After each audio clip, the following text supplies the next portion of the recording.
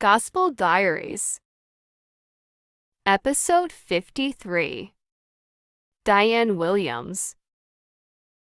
Yeah, just trust in Jesus and take control. God will.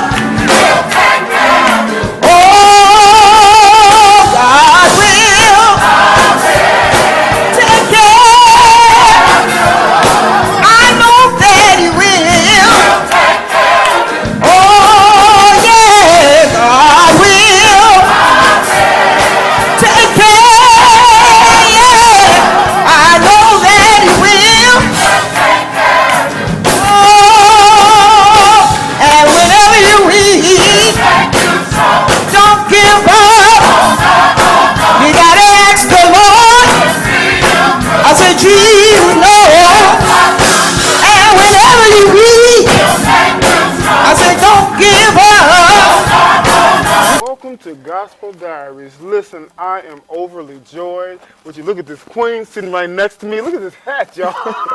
And the gloves to match. I mean, you are just a fashion queen, just a lyricist, just everything. We just love you. How you doing? Thank you. I'm doing good. I'm doing well. Listen, I am, like I said, I am honored. Like, I remember as a child just being so fascinated with you and just wanting to see you and wanting to meet you. And I'm sitting here with you right now. Like, this is almost like a surreal moment. Thank so you. I'm going to just kind of bathe in this moment and embrace this moment. And I always remember this. So Thank you. I had to say that. Thank you. So how have your day been? This is Sunday. You Wonderful. are recorded, Sunday what, 2 days? Yeah, Sunday is always a good day. Always a good day. Tired day because we had so much going on within the last couple of months with the recording and everything. So body is a little tired, but I want to do what I need to do, and I love being at my church. So, Yeah, and that's wonderful. So look, a lot of people know you as the lady that sings, Jesus can work it out, baby need a pair of shoes and all that good stuff. But inquiring minds, they want to know more about the Empress. You know, we want to embrace your history, so I think it's a perfect time to delve into your gospel diaries, okay? Okay. All right, so let's start here about your humble beginnings. Talk about it. Well, I was born in Alabama, but my mom brought me here as an infant, so I was basically raised in Chicago. I started singing at the age of 5. Didn't know, I just loved to sing. I had no type of formal training or anything like that. I just had, God just blessed me with a voice to sing at 5 years old. And I grew up in Old Original Missionary Baptist Church at the time, which was at 24 North Campbell. I remember all of it because my brain is kind of like a computer, and once I get something in it, it kind of stays. So I was raised over there and used to sing, and I was so little until they would stand me up in a chair so that people could come and see me. They would always ask, we want to hear the little girl sing. We want to hear that little girl sing. And my mom would always have me on little pretty dresses with the puff sleeves and petticoats, and I think that's probably where I have got my sense of fashion from a little girl, because I always wanted to look cute. You know what I'm saying? And I remember telling my mom, a lot of times she would put me on a certain dress, and I would say, Mom, you don't like this one. And she said, girl, you know what I mean? But yeah, and from there, we moved to 3007 West Harrison. Pastor Willie Reddick was my pastor, and I got in a group called the Four Voices. It was 4 women, and a woman that played the piano. Her name was Sister Tony. And then I was elevated to directing our junior choir. So I sang and directed the choir, and started visiting Cosmo around 70, I want to say perhaps 75, with my girlfriend. And she introduced me to Dr. Hayes one night in Bible class, and she said, Reverend Hayes, I want you to meet my friend. She could sing. But at that time, Dr. Hayes was kind of like untouchable. You know what I'm saying? He was just, you couldn't get up to him like you and I, like you this close to me. You couldn't get that close to him. So when she went to introduce me, and I saw he was walking fast, going back into his office, and I got a little scared. I was like, Ivy, I was pulling my back, so I don't want to meet him. And she was like, come on. So I went on the Meadow, and after that, started coming to a few Bible classes, and then I ended up joining. When I got into the choir, I was singing at my church, at Old Original. I sang in all the keys, A flat, B flat, C, D, F, G. So, and I knew every song that I led, and what I sang, I knew the key that I sang in. So I started singing in the soprano section at Old Original, and when I came to Cosmo, I started off singing soprano, but then I eventually went to the alto. But in the midst of that, I was told that I was a mezzo, which meant I could sing alto and soprano. So one day, they kind of got me, they kind of pulled a fast one on me, and they put me on to sing a solo on the broadcast. And Dr. Hayes, the song was Move On Up a Little Higher. And at the time when I learned it at Old Original, as a little girl, Mahalia Jackson was my mentor, still is. I don't know anybody on the planet that sings that can soothe me like her voice still does to this day. Oh, nobody. Nobody. That was my favorite then and my favorite now.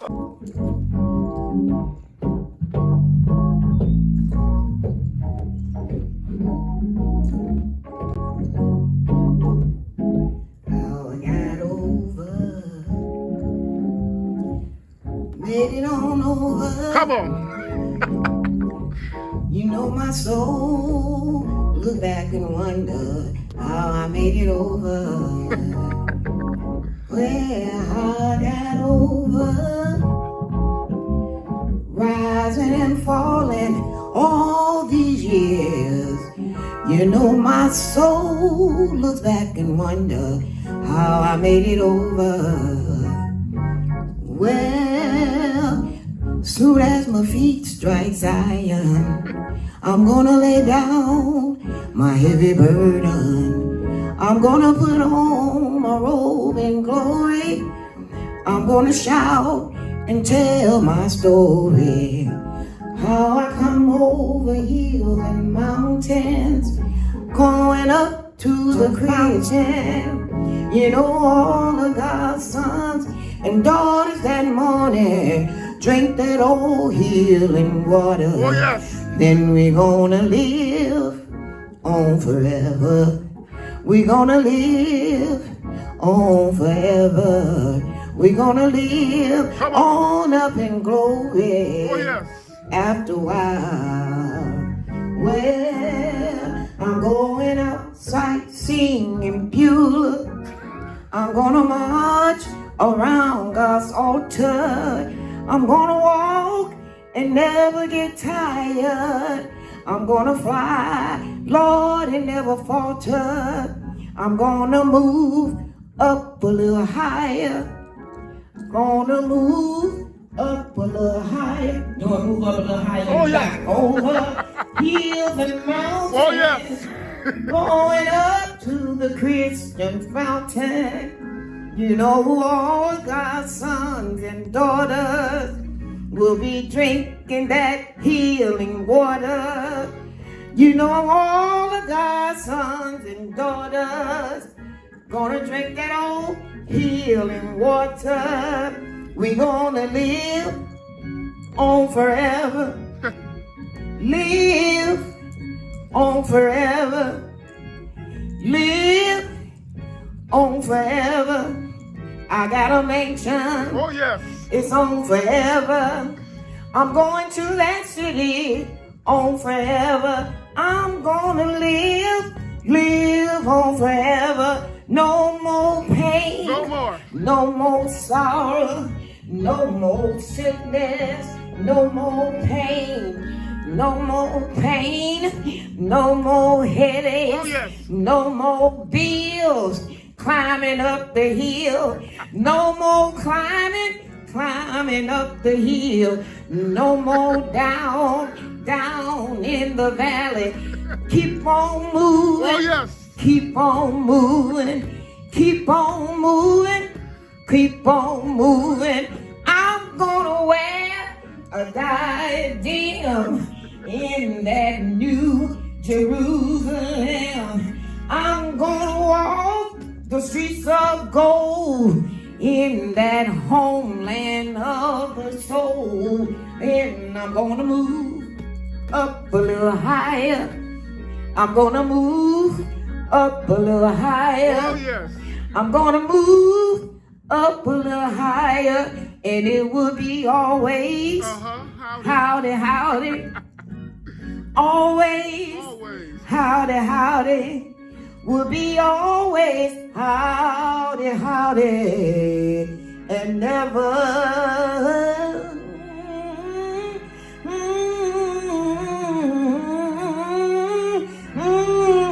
goodbye. Yes, yeah, yes.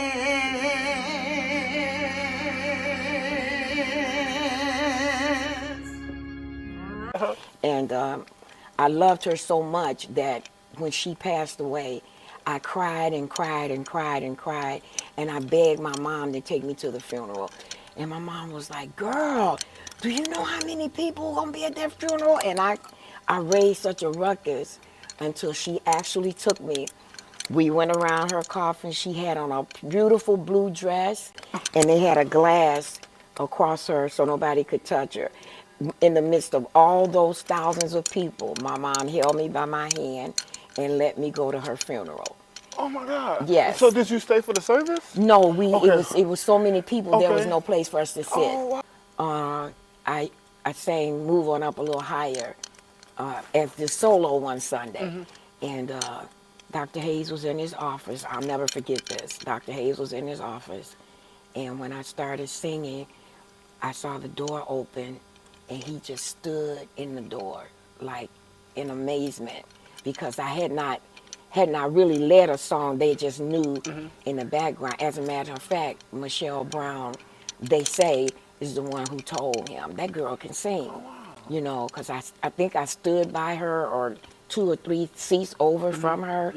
So I sang Move Up a Little Higher on the broadcast. And when they gave me all my rules, said you can't sing long. You just got to sing a verse, da da da da da, and come on, and you know, Right. and come away from the mic. I had not recorded, but I had sang some lead with the choir, but I hadn't recorded yet. right, So right. I that was my first time doing a solo alone without the choir. So I must ask you this before we delve a bit more in cosmopolitan search. So what was it about Mahalia's voice that resonated with you? Different, like me. Oh, okay. I was different. I still am different. And I don't say that being cocky. Yeah. I just have my own method, my own style. I don't want to sing like anybody. I don't want to look like anybody. I don't want to smell like anybody. I don't want to cook like anybody. I just want to be Dianne. Right. All by in my own little world, Dianne. In my world, but amongst everybody, the whole world. I can't be in my, world Right, by right, myself, right. because we got 10 billion people on the planet. And steady growing, huh? So yeah, but that's because she was different. Wow. Yeah, and I watched, even now as an adult, I go to her videos and I still watch them. Do you ever shed a tear or anything? No, I smile. Okay. Because in my heart, I'm like, wow, she really was the world's greatest singer. Wow. She was then, she is now. It's amazing how you depict why you're fond of Mahalia Jackson, because many people look at you, we know you as an innovator, someone who creates. Like, you're not a copycat, because at the time when you started doing the ad-libs, of course we heard that in the quartet field, but as it relates to a choir and bringing those type of dynamics, if it was going on, it wasn't prominent. Right. But you brought it to the forefront, so you was the prototype for other singers to come after to to be able to encourage people. You know? In the little church that I came from, the pastor was a stickler about the Bible. Yeah. And we were in service 7 days a week. Yes. I was in high school. I had to come home. I couldn't do homework. The pastor picking me up at 7 o'clock to get me to church at 7:30. And me and my mother would just be going back and forth, back and forth. My mom would say, "Oh yeah, you going." Now my mother was Catholic.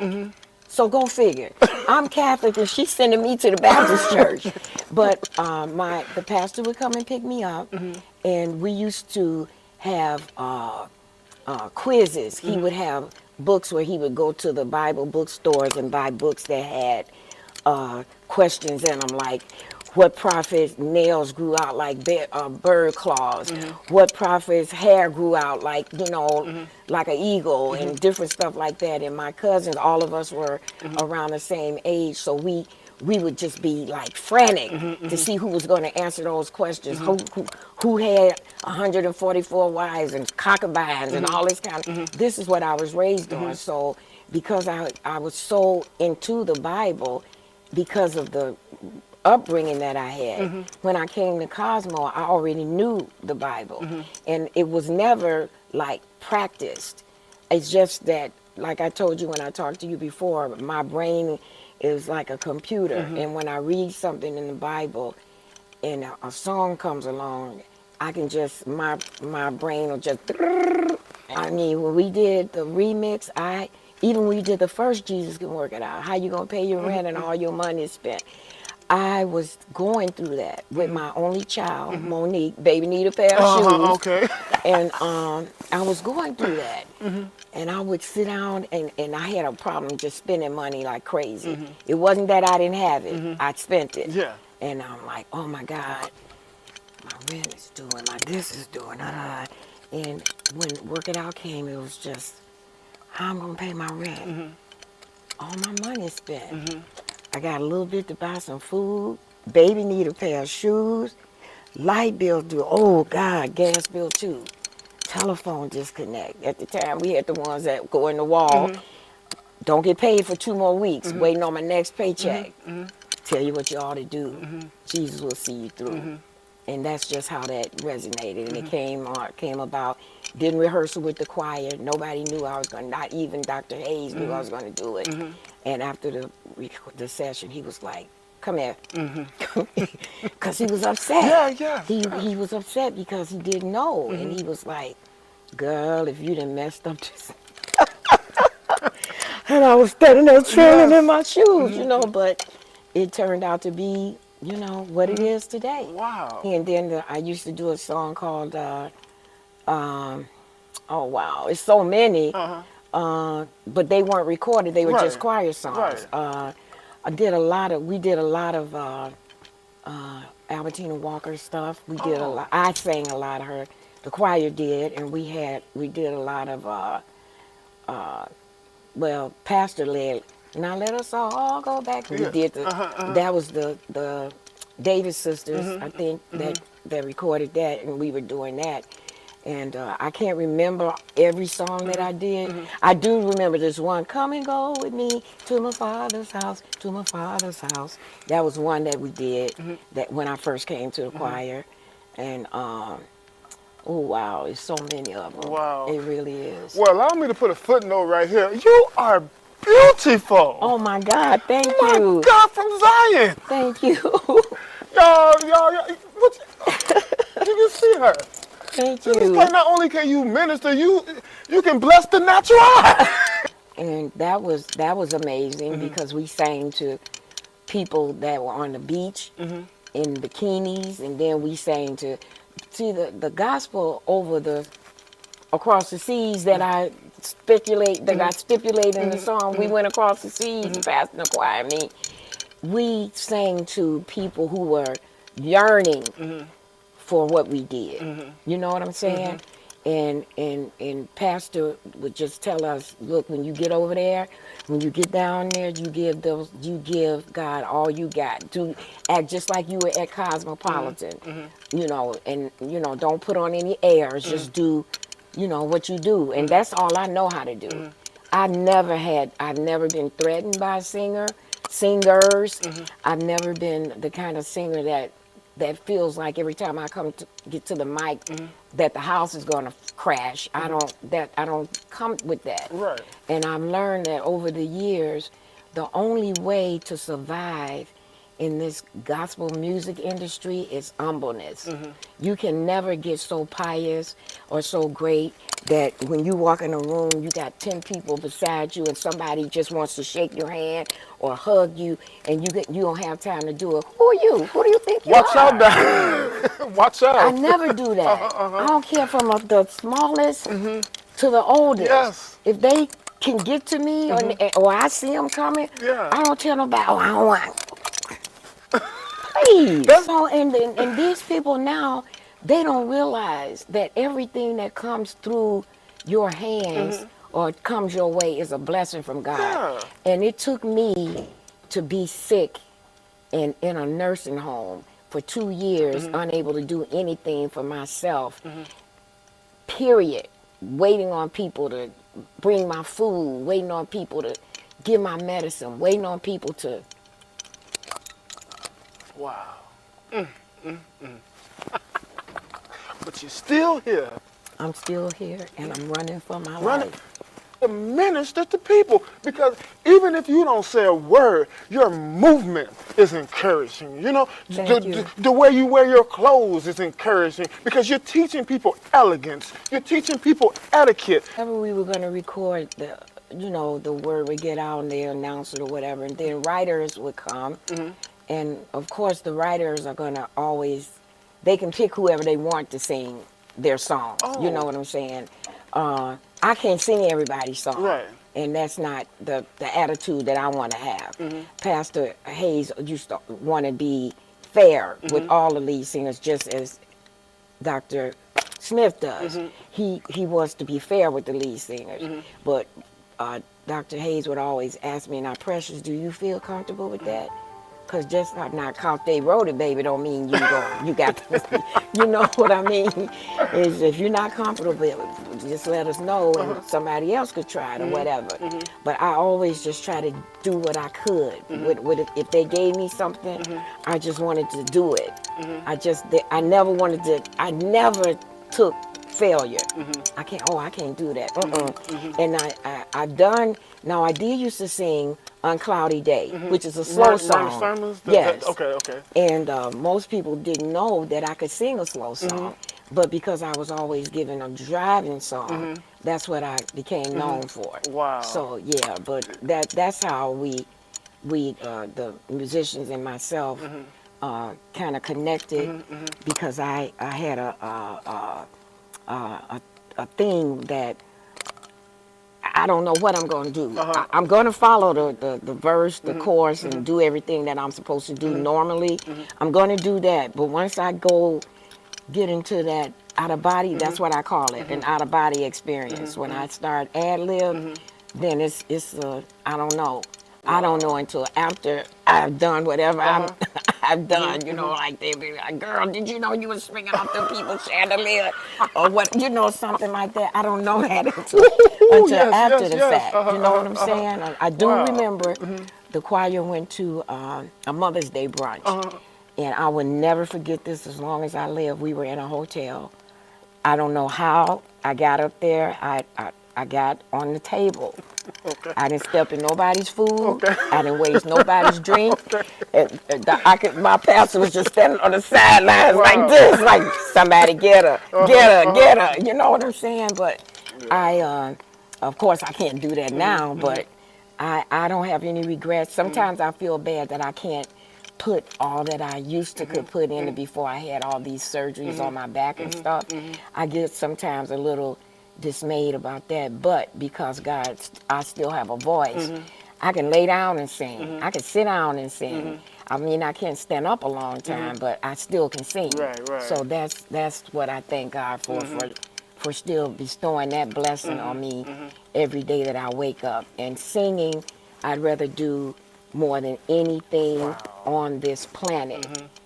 Even when I was married, my husband would make me up in the middle of the night to sing something. Really? Yeah, and it would be a church song. Baby, do you know such and such and such a thing? And what?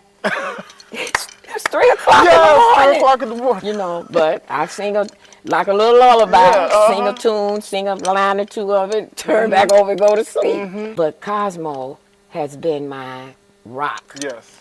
I have had my moments where I got teed off and left, but nobody could give me what Cosmo gave me. Yeah. Even if I go to a visit, if I go on an engagement and a choir sings background to me or whatever, it's not that that I get from Cosmo. Right, You know what I'm right. saying? It's like we're just a family, and the Warriors, we could just beat and pull each other's hair out and knock each other's teeth out.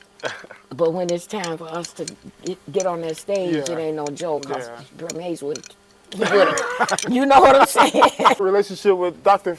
Father Charles G. Hayes, it seems like he was the only one that actually can just get you. You know, when you be out there, you be singing, he'd be all up behind you. How did that start? I don't know. Because every video you watch, it's like you get to run it or you get on the pews. He would make sure that you were Nobody, safe. yeah. Exactly. That was basically Yeah. what mostly covering, and then he'd be in my ear hollering, kill him, kill him. He just always wanted to just be sure nobody, you know, hurt me or threw their pocketbook in their face like I have gotten. Really? Oh God, yeah, I've gotten hit in the face, in the chest, and everything. Because it was under the spirit in the day. Yeah, under the spirit? not Okay. not in a bad way, Right. but and you know, and he would tell the tenors, y'all stand, make when y'all don't let them folks get up on her, you know, like not to hurt me. It's dangerous you know. because, Yeah. like I'm telling you, like when you're in your element, like you really be touching so many people, and sometimes some people they can't control their emotions, and they want to get to you, they want to grab you, they want to Yeah. do this. You know, Philadelphia. I was interviewing Reverend Joe Williams from the Dixie Hummingbirds and the Sons of the Birds. He said one time, I think he said he was either at at the Met. I believe he said it was at the Met. He said that Ira Tucker was singing so hard. He said this man came up on stage and said, Ira, bro, he said, stop. He said, don't sing no more. We can't take this no more. So we were singing without him. But when he came back, he met us. We were singing at a church. It was so much spirit in there, so powerful. A guy got out the audience, came to him and grabbed him and said, okay, Chuck, don't sing no more. Please, don't sing no more. I can't take it. Don't sing no more. Grabbed him just like, please don't sing no more. Come out the audience. We were singing, and the guy come out the audience. Said, that's it. Don't sing no more. Yeah. Don't make no more. Wow. And that's how we feel with you. I mean, you Wow. really take us there. Oh wow, thank you. Of Marva Hines, when she heard "Make Me Back," she's like, "That woman is amazing." Wow. Seriously, she loves your rendition of "Make Me Back." Oh no, we have to talk about hearing your song on the commercial. She's gonna work it out with the Chromebook. I was at home watching Empire. When the commercial came on, I was watching Empire. Oh, you saw it yourself? But I mean, of course, they contacted me, and you know, my pastor, they contacted Dr. Smith to find out how to reach me, to you know, to get it going. But when I first saw it or heard it, it was on. I was watching Empire, when they went to a commercial break. That's when I heard it. I know you probably was like, oh my Lord. You to Brother Taylor, who did a wonderful job on the organ, accompanying the Empress. So thank you so much over there. So you all make sure y'all put thank you in the comment. No means we Right. cannot leave him. And as I tell people all the time, even still, Dr. Smith pushes me. Oh, yes. I don't care if I'm sick, if I'm getting ready to pass out. He pushes me. And he really inspires me to do what I do because Dr. Hayes has gone on. And the things that he instilled in me, I still have. But as the recording was named the Joshua Experience, we have a new pastor now. And I have to still respect and give him the same thing that I Oh, gave Dr. absolutely. Hayes. You know, I dare not do it any differently. So we got to make Oh, sure that he yeah. gets recognized for doing this. Oh, absolutely. And yes, sir. So Yes, sir. let's talk about let's actually spend a bit on his leadership. Okay. Let's talk about that. Okay. His pastoralship. 9 years yeah, this month, and Dr. Hayes made him his successor before he left here. So by him being raised up as a teenager and in the choir, if you look at any of the old videos, you see him in the background with his braids, and also Dr. Hayes' grandson is. I mean, that's my heart. Yes. I tell him, I try to mentor him on how to sing and what to do and stuff like that. And he and Pastor Durrell has taken this church to another level. And now 9 years later, what people said 9 years prior that we wouldn't last, not 9 days. So now we're into 9 years and going stronger than ever.